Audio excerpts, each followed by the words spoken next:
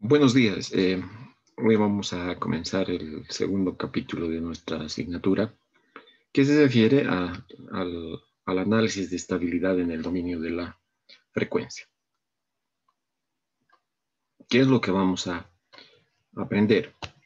¿No? Entender los métodos, cómo los métodos en frecuencia se pueden utilizar para investigar la estabilidad. También vamos a hablar por qué es necesario hablar de la estabilidad en el dominio de la frecuencia, porque hemos utilizado varios métodos para estudiar la estabilidad. Dos, comprender conceptos importantes como son margen de fase, margen de ganancia, ancho de banda, utilizando los diagramas de Bode y el diagrama de Nyquist. ¿Ya? Entonces, dos métodos vamos a aprender a manejar para el análisis de estabilidad, como son los diagramas de Bode y el diagrama de Nyquist. El concepto es el mismo, el concepto es aplicar todo lo que hemos aprendido sobre respuesta en frecuencia para el análisis de estabilidad, pero son dos herramientas distintas. Una herramienta es los diagramas de Bode y la otra herramienta es el diagrama de Nyquist. ¿Ya? Vamos a aplicar los conocimientos adquiridos del tema del análisis de la estabilidad en análisis y diseño. Fundamentalmente en análisis. Diseño vamos a hacer el diseño de, digamos, pequeños diseños, pero más nos vamos a enfocar al tema de análisis, ¿no? De hacer el análisis y síntesis de sistemas de control de tiempo continuo. ¿Cuál es el contenido? Vamos a hacer una introducción, vamos a hablar de la transformación de los contornos en el plano S, vamos a hablar del criterio de Nyquist de estabilidad, vamos a hablar de la estabilidad relativa y el criterio de Nyquist, vamos a hablar de los criterios de comportamiento en el dominio temporal especificados en el dominio frecuencial. Y bueno, obviamente vamos a hacer ejemplos a lo largo de todo el capítulo. ¿Ya? ¿Por qué un método más, digamos, para hallar o para estudiar la estabilidad de un sistema?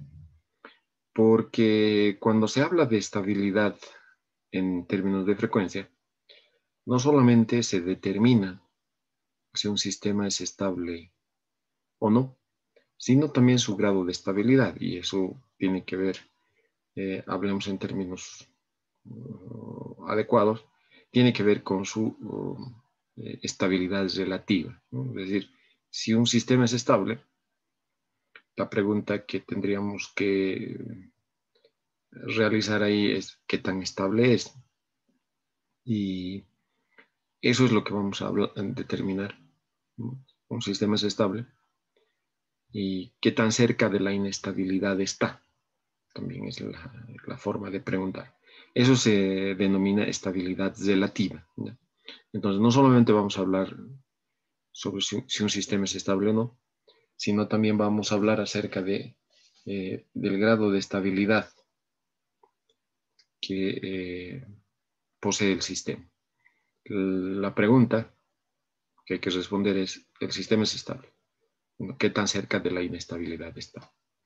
Ya, un criterio de estabilidad en el dominio de la frecuencia lo ha desarrollado Nyquist en 1932, basado en el teorema de Cauchy para funciones complejas, ¿no?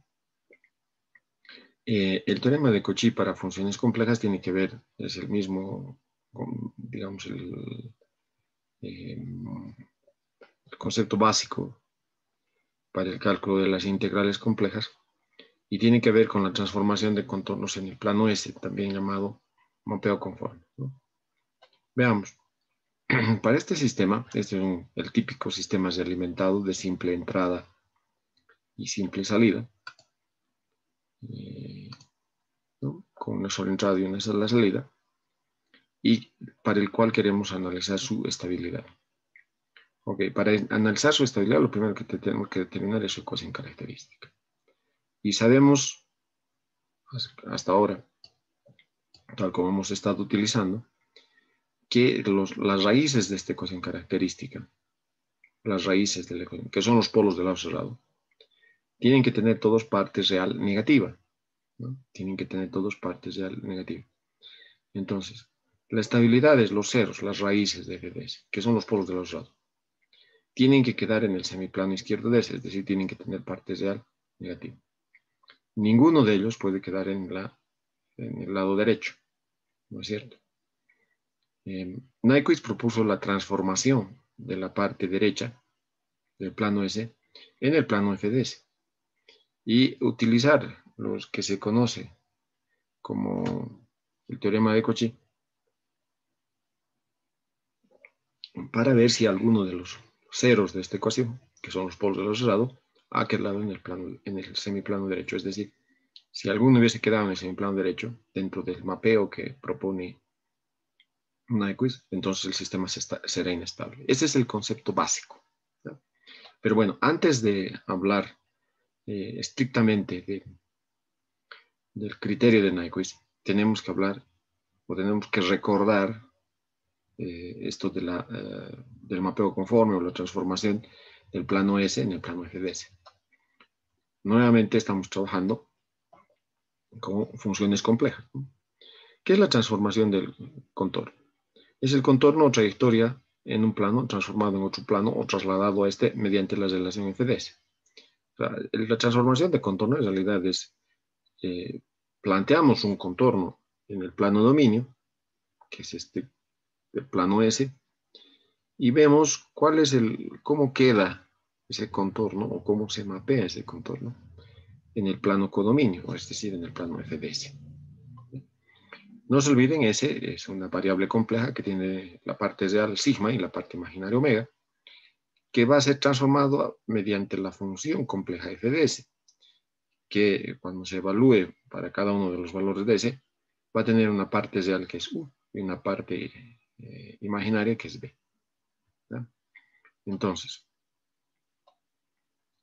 veamos un ejemplo, ¿no?, de transformación del plano S en el plano FDS. Esta es la función de S. Esta es la función FDS, aquí está expresada, bien simplecito. Bueno, es un sistema, llamaremos de primer grado, es de orden 1 también, porque bueno, el máximo exponente del numerador es 1. Es el de primer grado, de orden 1 también. Aquí está expresado en forma de constantes de tiempo y aquí estaría expresado en forma de polos y ceros. Esta función solo tiene un 0, ya que está ubicado en menos un medio. ¿Ya? Entonces, si podemos calcular la parte real y la parte imaginaria de la función, reemplazando el valor de S. S vale sigma más J omega. Fíjense, si se reemplaza S por su valor complejo, terminamos obteniendo esto, ¿no? En 2 sigma más 1, que aparece de acá. Aquí se multiplica esto, es 2 sigma más 1, es la parte real. Y la parte imaginaria será J veces 2 omega, que está acá. Ok. U entonces valdrá 2 sigma más 1 y B valdrá 2 veces omega. Ahora, este es el contorno que se está proponiendo. Varias cosas importantes acá. Varias cosas importantes acá. Fíjense, en realidad este es un cuadrado del lado 2, ¿ya? Puesto simétricamente alrededor del origen, ¿ya?, en el plano S. Fíjense, esto es sigma J omega. Este es el plano S. Y hemos planteado este cuadrado. Podría ser un contorno diferente, definitivamente. O sea, en vez de un cuadrado podría ser un círculo. En vez de un cuadrado podría ser un rectángulo. O sea, el contorno es hasta este momento arbitrario, ¿ya? Pero bueno, estamos eligiendo por la simplicidad, porque así se puede explicar mejor, un cuadrado, ¿ya?, del lado 2, fíjense, ubicado simétricamente respecto al origen del plano S. Eso significa que el punto A tiene como coordenadas en real 1, en imaginaria J, es decir, 1 más J es el punto A. El punto B, simétricamente, será 1 menos J. El punto será menos 1 menos J y las coordenadas del punto D será menos 1 más J, ¿ya? También se ha representado el 0, es decir, el 0 queda dentro del contorno y está ubicado en menos 1 medio. A ver, ¿cómo será el mapeo? ¿Ya? Para mapear tenemos que calcular, fíjense, el punto A. Voy a explicar el punto A. El punto A tiene de coordenadas 1 en real, en 1 en imaginario. Eso significa que sigma vale 1 para el punto A y omega vale también 1 para el punto A. Es decir, estamos 1 más j, ¿no? La parte imaginaria, aquí podemos ver con más claridad, esto es 1 y esto es 1. Por lo tanto, si se reemplaza esos valores, si aquí pone vale 1 y aquí vale 1, fíjense que la parte real de FDS será 2 por 1, es 2 más 1, 3. La parte real de FDS, que corresponde al punto A, vale 3.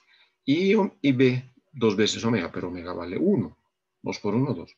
Por lo tanto, U vale 3, B vale 2. 3 más J veces 2. Y eso es lo que se está mostrando acá, fíjense. En la parte real 3, en la parte imaginaria 2. Es decir, que el del plano S, el punto A, ha sido mapeado, ¿no?, al punto 3 más J2 en el plano FDS. Fíjense que yo reconozco, o podemos reconocer el plano FDS, porque sus coordenadas aquí es U, JB. Estamos hablando entonces de dos planos, el plano dominio y el plano codominio, ¿no? El plano de la variable independiente y el plano imagen. El punto A ha sido mapeado aquí. ¿Está bien? Nosotros vamos a utilizar AA, o también con frecuencia vamos a utilizar el punto en el plano SA y el punto, el mapeo de ese punto en el plano F de ese A'. Pero bueno, aquí estamos utilizando la misma nomenclatura. A en el plano F de ese. ¿Ok? Fijémonos en el punto B. En el punto B, la coordenada real es 1, la coordenada imaginaria es menos 1. ¿Ya? Si reemplazamos aquí es 2 por 1 más 1, 3. Y como lo imaginario es menos 1, aquí es 2 por menos 1 es menos 2. Por lo tanto, el punto B tendrá, el punto B mapeado será 3 menos J2, que está acá. ¿Va? Y podemos mapear lo mismo para el punto C y para el punto D. Ahora, este contorno en el plano S es un contorno continuo, ¿no? Está definido para todos y cada uno de los puntos de esta línea celeste que aparece acá, ¿no? Por ejemplo, se está entre el punto A y B, un punto simple, fácil, notable, es este punto de acá. Este punto de acá vale, en real vale 1, en imaginario vale 0, ¿no? Si se reemplaza este punto, el valor 1 más J0 acá, aquí será 2 por 1 más 1, 3, y aquí será 2 por 0, 0. Entonces será 3 más J veces 0, que es este punto. Por lo tanto, este punto de acá está siendo mapeado acá. ¿Vale? Eso significa que entre el punto A y B del plano dominio, también definirá puntos entre el punto A y B del plano codominio. Cada uno de estos puntos de este segmento que está entre A y B va a quedar en el segmento A y B, en estos puntos del segmento A y B del plano codominio. ¿Ya? Lo mismo para los puntos entre el punto B y el punto C. Entre el punto B y el punto C hay un segmento continuo. Está acá. Este es el segmento continuo en el plano dominio. Y en el plano codominio será este segmento. Ahora, que este cuadrado en el plano S se mapee en este cuadrado en el plano FDS es simplemente porque FDS es una función bien simple, ¿no? Es una función simple como esta. Ok. Ahora, fíjense, hemos aprendido, o se ha aprendido en variable compleja, que este contorno, cuando se recorre el contorno en el plano complejo, en el sentido de las manecillas del reloj, estamos recorriendo en forma negativa. Y cuando se recorre en forma contraria a las manecillas del reloj, es una forma positiva. En control solamente por esta ocasión, por este tema del análisis de estabilidad, lo que vamos a encontrar es que recorrer en el sentido positivo, ¿ya? Para nosotros, perdón, en el sentido horario, es el sentido positivo, ¿no? Estamos recorriendo en el sentido positivo. Fíjense, aquí es lo mismo, ¿no? En el sentido horario estamos haciendo, el segmento queda exactamente igual en el sentido horario, ¿no? Está yendo de A a B, está yendo de A a B, ¿ya? Para que se entienda claramente. Está yendo de B a C, está yendo de B a C. Cada uno de los puntos en el segmento BC del plano dominio tendrá un punto, un mapeo en el plano FDS que está entre el segmento B y C. ¿Ok? Por lo tanto, este está yendo en sentido positivo, este también está yendo en sentido positivo.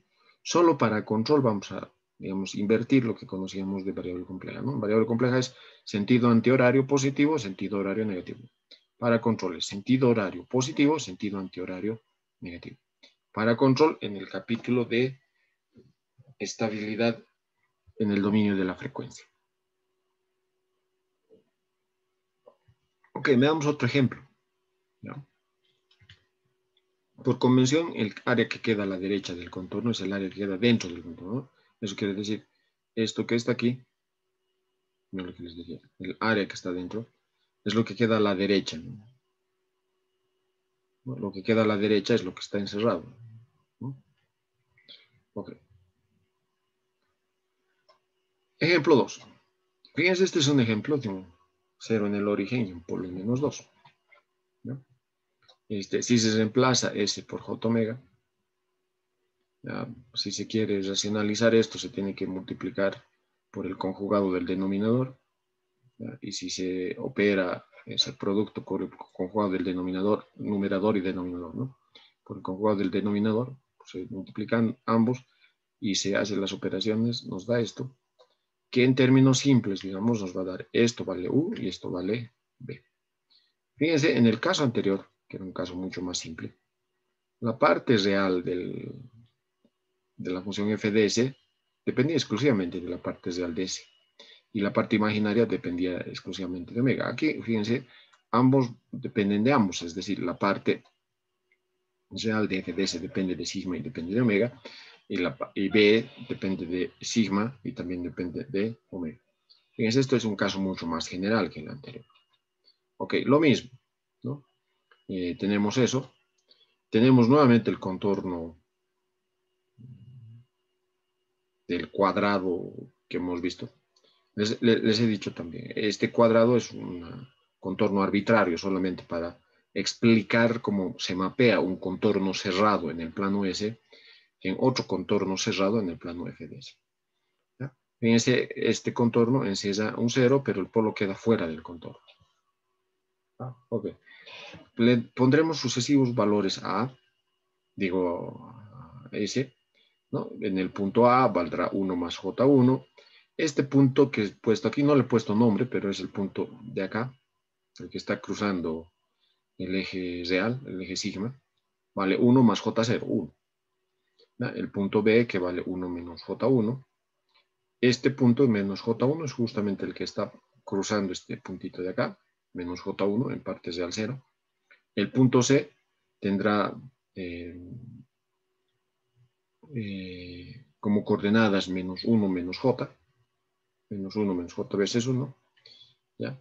Y el punto este de acá, que está entre C y D, es este puntito, menos 1 en real, 0 en imaginario. Y el punto D, que es menos 1 en real, en imaginario 1, ¿no? Y el último punto que hemos considerado es este punto de acá, que tiene en la parte real 0 y en la parte imaginaria J veces 1. Si se reemplaza esto de acá, aquí sigma 1, omega 1, acá, aquí 1, y omega también vale 1, vamos a encontrar que U vale 2 quintos y B vale 1 quinto. ¿Va? Ese reemplazo aritmético lo pueden hacer ustedes para comprobar cada uno de estos puntos. Ok, para hacer la historia corta, U vale 2 quintos más J veces 1 quinto, B vale 1 quinto. En el caso de este punto de acá, solo hay la parte real, U vale 1 tercio. El caso de acá, el punto B, vale 2 quintos menos J veces 1 quinto. En el punto de acá, el mapeo vale 1 menos J veces 2 quintos. En el punto C, menos 1 menos J, el mapeo vale menos J simplemente, ¿no? U vale 0 y B vale menos 1. En el punto C, en este punto que está entre el punto C y el punto D, en este segmento, este punto, de acá, vale menos 1 el punto y el mapeo también vale menos 1. Bueno, aquí tenemos los puntos notables y aquí tenemos su mapeo. Okay. Si hacemos dibujo, vamos a encontrar esto, ¿no? Entre A y B es esto. Entre B y C es esto. Entre C y D es todo esto. Y entre D y A es esto. Fíjense en este punto, este puntito, este punto. En la parte real es 1. En el mapeo vale 1/3. Así vemos en el mapeo, este punto vale 1/3 positivo, ¿no? El 1/3 está acá. Fíjense que desde este punto hasta este punto de aquí vale 1, y desde este punto hasta este punto de aquí vale -1. Este puntito de aquí vale 1/3 en real, 0 en imaginario. El punto B, fíjense, vale en real 2/5, en imaginario menos 1/5, ¿no? 2/5 menos j veces 1/5. Y eso está aquí en la tabla. 2/5 menos j veces 1/5. Ok. Fíjense que aquí ya el cuadrado, aquí no termina siendo un cuadrado, es un contorno un poco más elaborado. Y bueno, terminamos mapeando.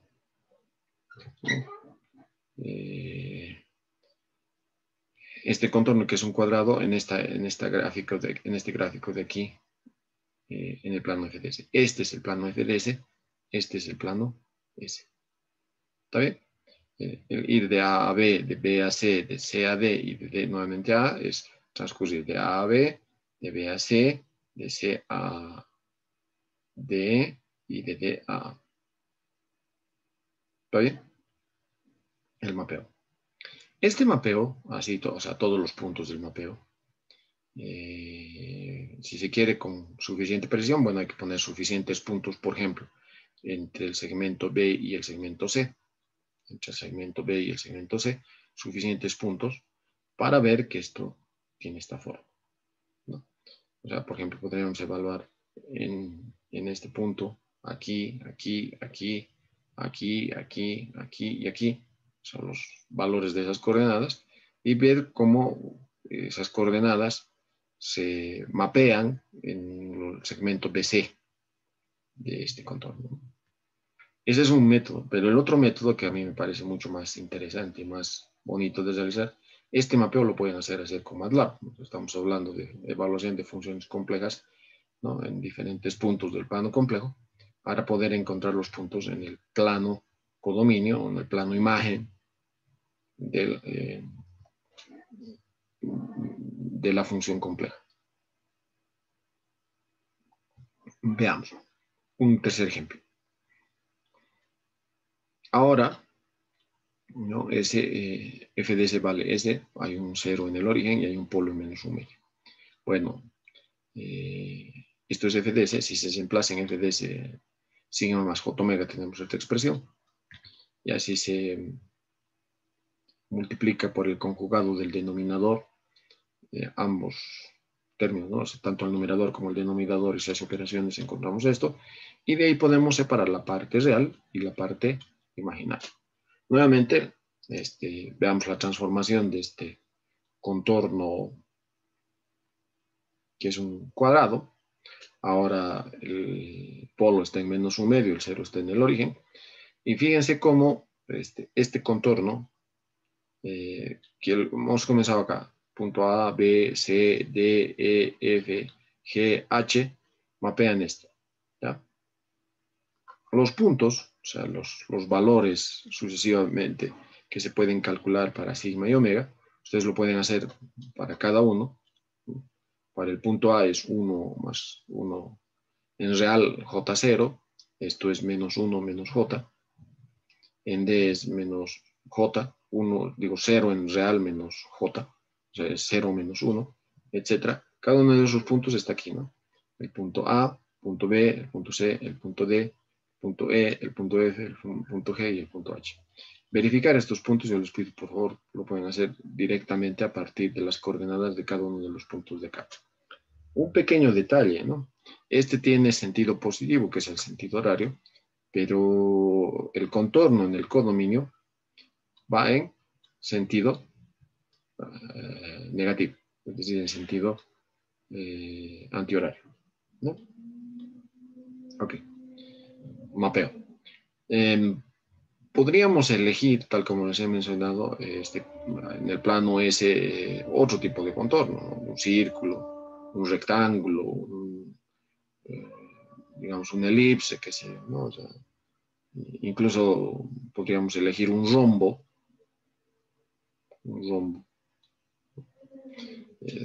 Depende de nosotros lo que queramos, el contorno que queramos hacer. Pero bueno, esos contornos van a tener un mapeo en el plano codominio de una forma diferente. ¿Está bien?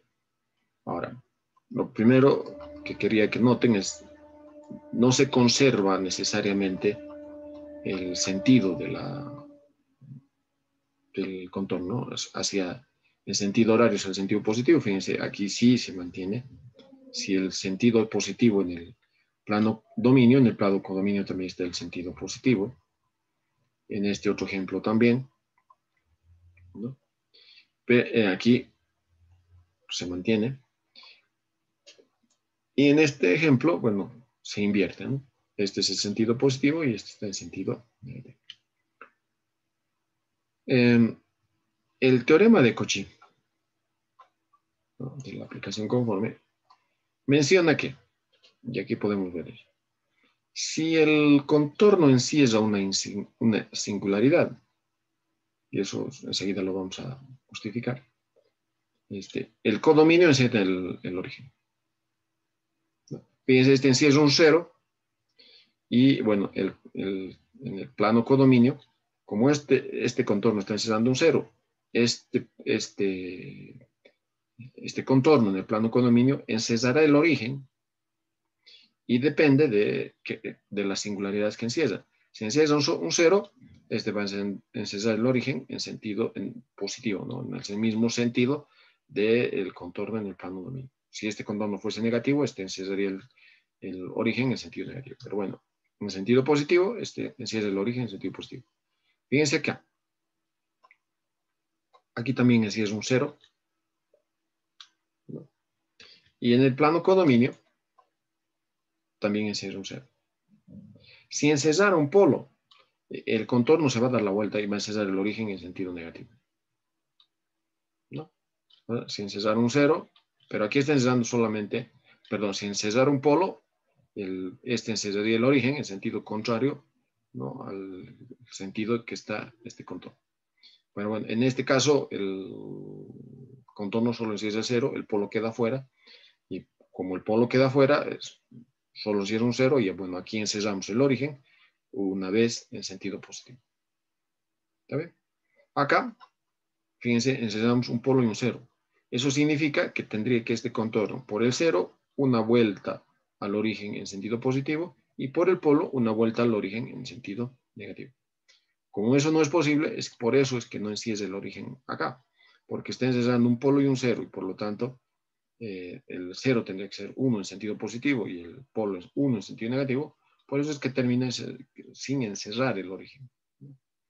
Ok, el mapeo de estos contornos van a reflejarse que estos contornos encierren singularidades, es decir, ceros o polos, van a reflejarse en el número de vueltas alrededor del origen, como vamos a ver a continuación, ¿no?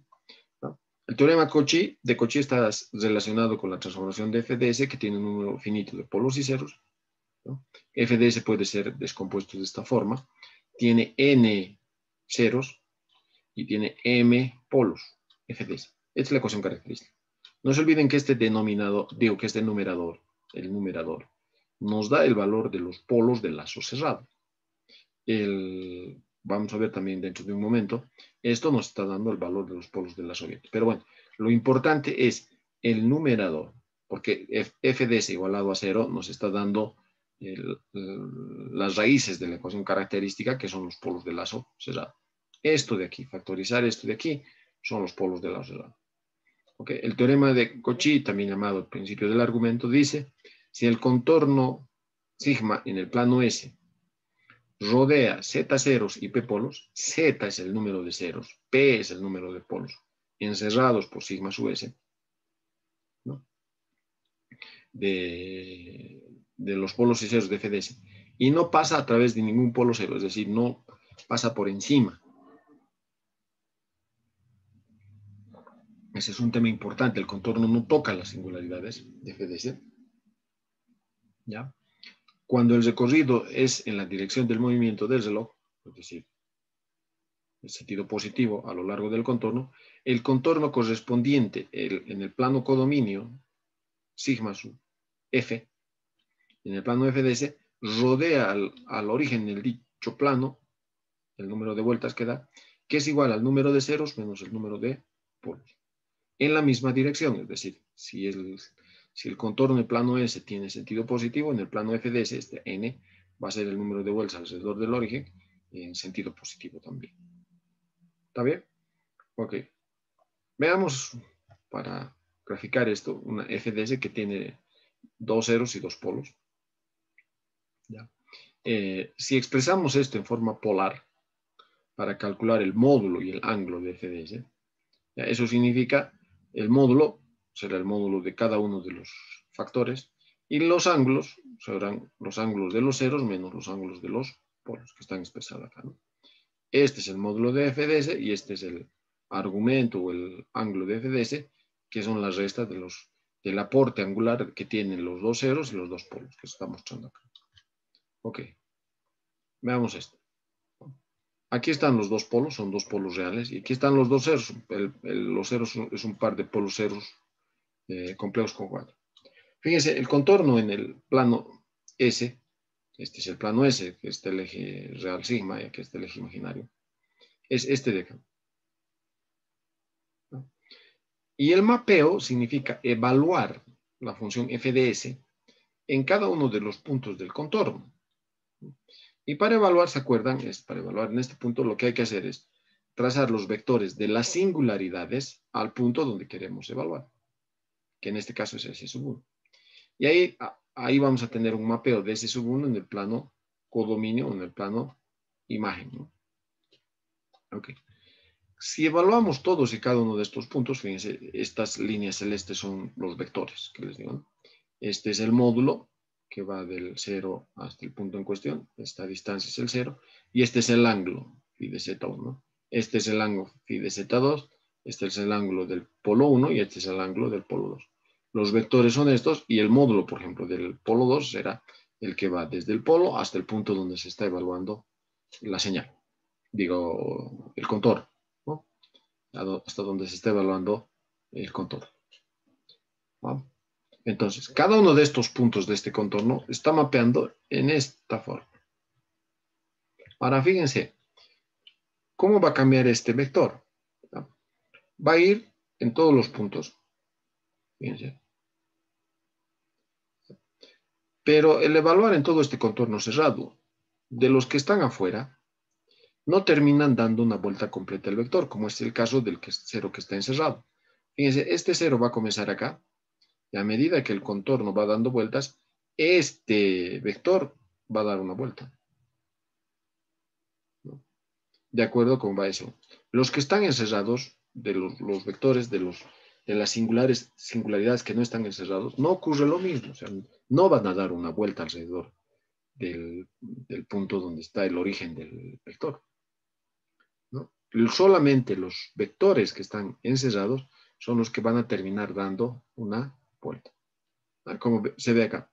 Fíjense, el aporte angular de phi z2, lo mismo que incrementa, lo que va a ir hasta el más extremo izquierdo, va a ser el mismo ángulo que decrementa para volver al punto inicial, donde el ángulo es el mismo. Pero el que aporta realmente un ángulo de 2pi a medida que S1 da, recorre todo el contorno en el sentido positivo, en el sentido horario, se muestra acá, ¿no? Este ángulo, el aporte de este ángulo que va a dar una vuelta, el 2pi, está viniendo de la singularidad encerrada, que es el 0. Como este es el 0 y esto está en sentido positivo, el contorno, el sigma sub f, en el plano f, va a dar una vuelta en el origen porque este está encerrando un 0. ¿Ya? Eso, como les he dicho, es fácil de justificar a partir de expresar, ¿no?, cada uno de los factores en forma vectorial, ¿no?, y ver cómo cambia esto. Entonces, el ángulo neto es el ángulo que aportan los ceros y el que aportan los polos, ¿no? Entonces, 2 veces pi por n, que es el número de vueltas, será a 2 veces pi los ceros encerrados menos 2 veces pi los polos encerrados. Aquí es solamente el cero y por lo tanto hay solamente una vuelta, ¿no? O sea, eso es la ganancia angular, ¿no? O sea, es lo que el ángulo aporta el haber evaluado esta función a lo largo de todos y cada uno de los puntos del contorno S, ¿no? Esto se cumple y de aquí podemos obviamente deducir lo que había expresado Cauchy, que es el número de vueltas alrededor del origen, es la diferencia entre ceros y polos encerrados. ¿No? Fíjense, aquí hay un solo cero encerrado y por lo tanto este dará una vuelta alrededor del origen en el mismo sentido. Si los polos, si estuviese un polo acá, fíjense, esto es negativo y esto cambiaría de sentido y envolvería el origen menos una vez. O sea, eso de menos uno significa que está dando una vuelta en sentido antihorario, ¿no? Entonces, n es igual a z menos p. Z es el número de ceros encerrados, p es el número de polos encerrados de f de s en el plano S. ¿Ya? Y esto es el número de vueltas alrededor del origen del contorno codominio, ya vemos, del contorno en el plano codominio, ¿no? Alrededor del origen. ¿Está bien? N, repito una vez más, el número de vueltas en el origen, en el plano codominio, número de vueltas al origen, es igual al número de ceros encerrado menos el número de polos encerrados del contorno en el plano dominio, en el plano S. ¿Va? Por lo tanto, ¿cuántas singularidades, es decir, ceros y polos, se encierra? Va a depender del número de vueltas que le dé alrededor del origen. ¿Va? Fíjense, este es un contorno que encierra 3 ceros y un polo, y por lo tanto, en el codominio, encerrará 3 ceros, 3 menos un polo, 3 menos 1, 2 veces tendría que encerrar al origen. Y eso se muestra acá. Este es el mapeo. Fíjense el contorno, esta vuelta de acá, la que llamemos la vuelta interna, es 1, es una vuelta alrededor del origen, y esto otro de acá, digamos en este contorno de acá, está envolviendo al origen por segunda vez. Entonces, este contorno encierra al origen 2 veces. ¿Qué es la diferencia entre ceros y polos? Fíjense, este es solamente un polo encerrado, y por lo tanto el mapeo encerrará al origen una vez en sentido negativo o en sentido antihorario, ¿no? Este es el contorno que se mapea al evaluar este phi de s en cada uno de los puntos de este contorno. Se empieza a definir el contorno al revés, ¿no? El contorno en el plano codominio. Como este está encerrando un polo, hay otros dos, fíjense, hay un polo fuera y un cero fuera, no hay problema. Solo encierra un polo y por lo tanto esto envuelve al origen una vez en sentido negativo porque se ha encerrado un polo. ¿Está bien? El criterio de Nyquist para la ecuación característica es precisamente eso. Es decir, si consideramos ahora este f de s, que es la ecuación característica, y podemos despejar, como hemos visto, n ceros, que son los n mayúscula, ¿no? N mayúscula ceros, que son los n mayúscula, n mayúscula polos del lado cerrado, y estos son ceros, perdón, los polos de la ecuación característica, ¿no? Las raíces del denominador. Las raíces del numerador dan los polos del lado cerrado, eso es lo que quiero subrayar. ¿Ya? Un sistema es estable si los ceros de f de s, es decir, los polos del lado cerrado, deben quedar siempre en el plano izquierdo del plano S. ¿Ya? Entonces, la función de transferencia del lazo abierto, un apunte importante antes de continuar, La función de transferencia del lazo abierto se conoce así, al producto GDS por HDS. ¿Ya? Tiene un polinomio numerador y tiene un polinomio denominador. La ecuación característica vale esto, si reemplazo numerador, denominador. Si se despeja de aquí, se saca como un denominador, vamos a tener esto como numerador y esto como denominador. Y si igualamos esto a la forma factorizada, estos son los polos del lazo cerrado, o las raíces del numerador de la función característica. Fíjense que los polos de la ecuación característica en realidad son los polos del lazo abierto. Fíjense, estamos factorizando el polinomio de S, que es el denominador de la función de la ecuación característica. Por lo tanto, lo que tenemos en el denominador son los polos del lazo abierto. ¿Ya?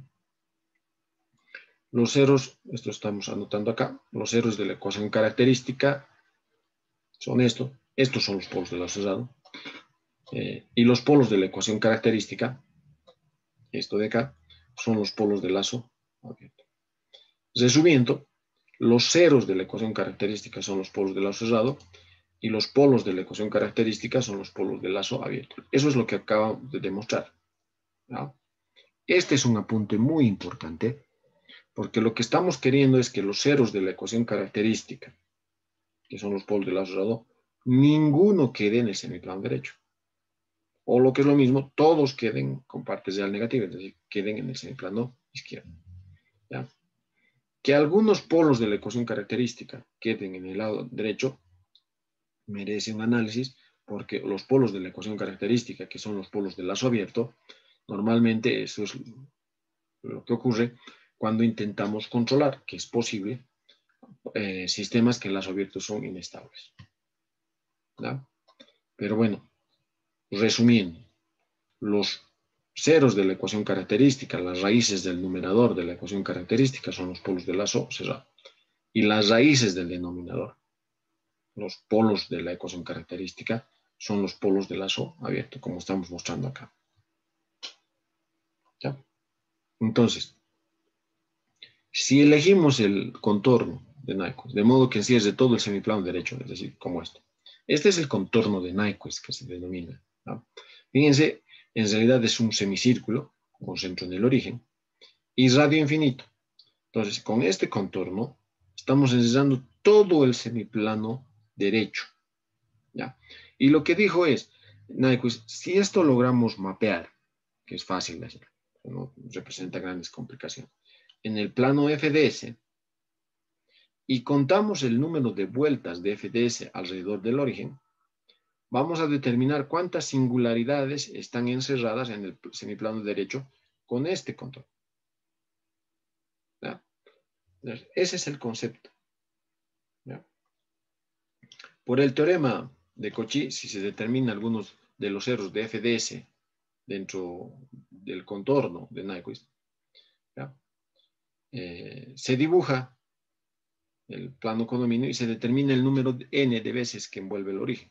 Entonces, el número de ceros de FDS dentro del contorno en el plano S, los ceros inestables de FDS será, ¿no? Si despejamos de esta expresión,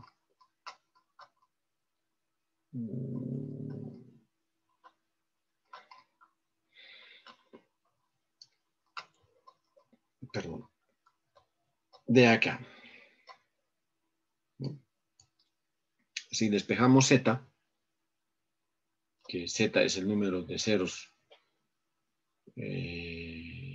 encerrados en el plano dominio, ¿ya? Si despejamos, vamos a encontrar esta expresión que está acá. Z, número de ceros de la ecuación característica, es igual al número de vueltas alrededor del origen en el plano codominio, más el número de polos encerrados en el plano dominio, polos encerrados de la ecuación característica en el plano dominio. ¿No? P son los polos de FDS en el semiplano derecho. Usualmente P es igual a 0 porque eso significa que en lazo abierto la función exactamente la función de transferencia es estable, es decir, que en lazo abierto FDC, en lazo abierto no hay polos, ¿no?, de FDS en el plano derecho. No se olviden que P son el número de polos de lazo abierto. ¿Sí?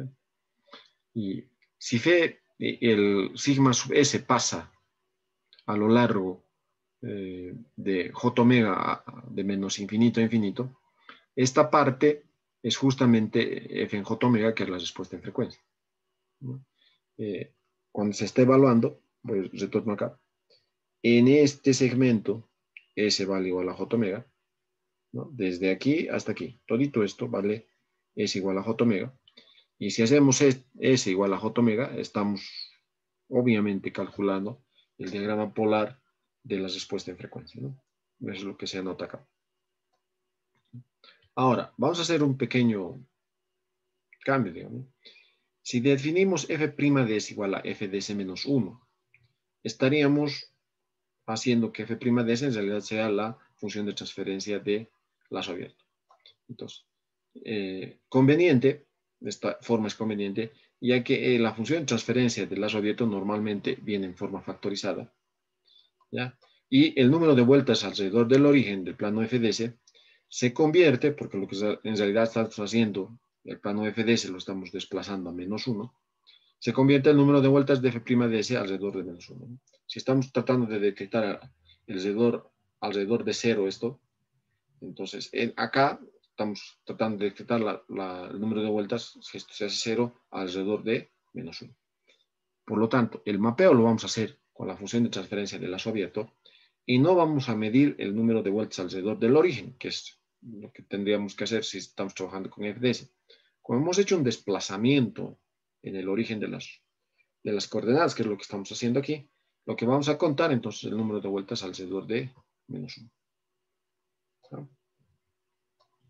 Ok, ¿qué dice el criterio de estabilidad, el teorema de estabilidad, ¿no? Un sistema realimentado es estable si y solo si el contorno en el plano codominio, el sigma GH, en el plano GHDS, no rodea al punto menos 1, 0, cuando el número de polos de GDHDS en la parte derecha del plano es 0. Es decir, si P es igual a 0, solo tenemos que contar el número de vueltas alrededor de menos 1.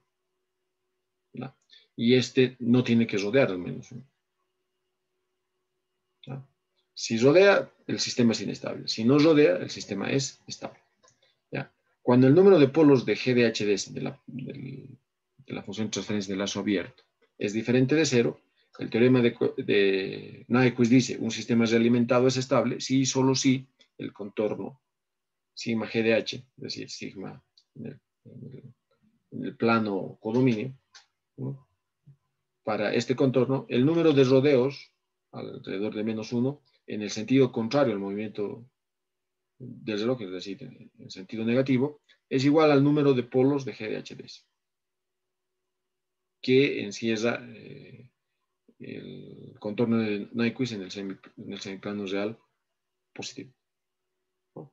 Eso significa que el número de vueltas alrededor de menos 1 es igual al número de polos de GDHDS, ¿no?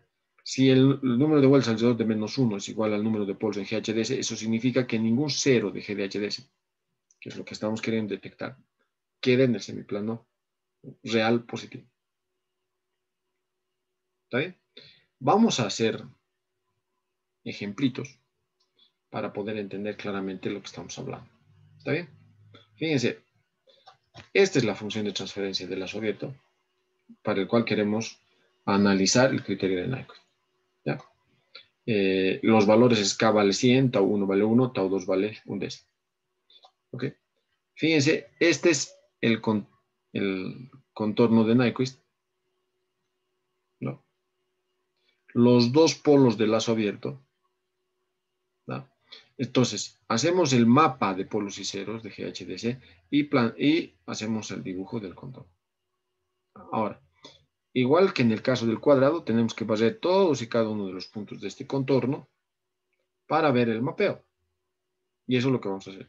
En el tramo AB, entre este punto A y el punto B. Fíjense que en el tramo B S vale J omega y estamos entre 0, omega 0 y omega infinito. ¿No? Dice, S es igual a J omega, punto sobre el eje imaginario, y omega va de 0 a infinito. De 0 a infinito. Ok. Esto es la respuesta en frecuencia. Y el mapeo es el diagrama polar. ¿Ya? Estoy partiendo del hecho, o sea, de asumir que ustedes saben hacer el diagrama polar con suficiente precisión. ¿Ok? Entonces, S es igual a J omega, se reemplaza, ¿no? Dando los valores que hemos establecido. ¿Ya? El módulo vale esto y el ángulo vale esto. Si se reemplaza valores, no se olviden que K tiene un valor, tau 1 tiene un valor, tau 2 tiene un valor. Para diferentes valores de omega, esto es trazar el diagrama polar. ¿Se acuerdan? Tenemos un módulo y tenemos un ángulo. ¿Ya? En omega 0 vale el módulo 100, el ángulo 0, y cuando omega sea infinito, fíjense, el módulo vale 0 y el ángulo vale menos 180 grados. En todo eso, bueno, hay que ir sustituyendo los valores sucesivamente, sucesivos valores de omega. Fíjense, estamos calculando el módulo y el ángulo en grados.